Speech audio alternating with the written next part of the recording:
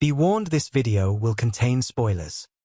MobLand Season 1, Episode 7 makes one thing perfectly clear. This show has no intention of cleaning up its mess, but it finally delivers a little bit of the messy fun that made us stick around in the first place. For weeks now, it's felt like MobLand was unraveling fast, weighed down by scattered plots, aimless edits, and a revolving door of characters that barely got fleshed out. But Episode 7 throws enough curveballs and near-death moments back into the mix to at least keep you watching. Barely. Just barely. Let's start with the chaos, because that's all this episode really offers in abundance. You're watching one scene where Eddie and Gina are deep in emotional trauma bonding over their complicated fathers.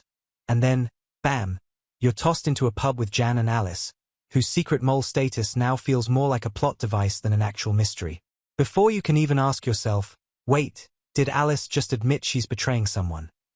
The episode cuts to Harry unloading bullets into Moroccan gangsters.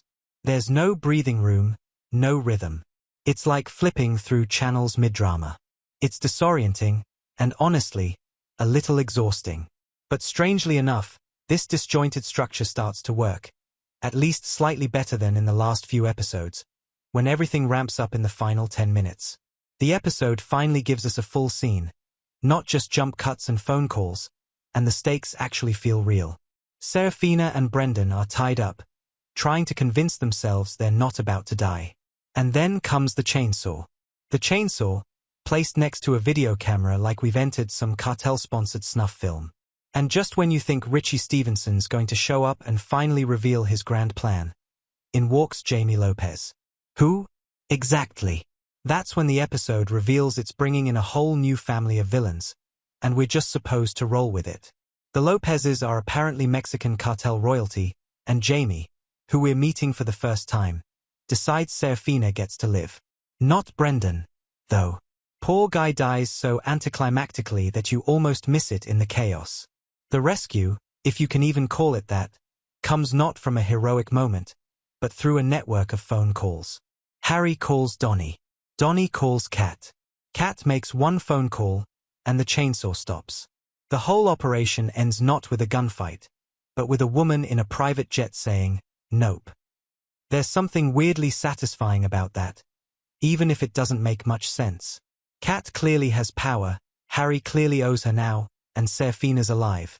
Though let's be real, the show didn't earn her survival. It just handed it to us like a consolation prize for sitting through weeks of convoluted storytelling.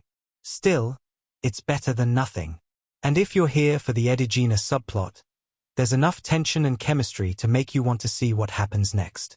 But if you're expecting MobLand to explain how all these characters connect, Richie, the Moroccans, the Mexicans, the Harrigans, don't hold your breath. Episode 7 shows that this show is more about moments than answers. And depending on your patience level, that might be enough. If you're still watching MobLand at this point, I want to hear from you. Did Seraphina's last-minute rescue work for you? Or was it just another rushed patch on an unraveling storyline? Drop your thoughts in the comments. Let's talk chaos, chainsaws, and whether Kat's mysterious phone call was the best or worst Deus Ex Machina you've seen all year.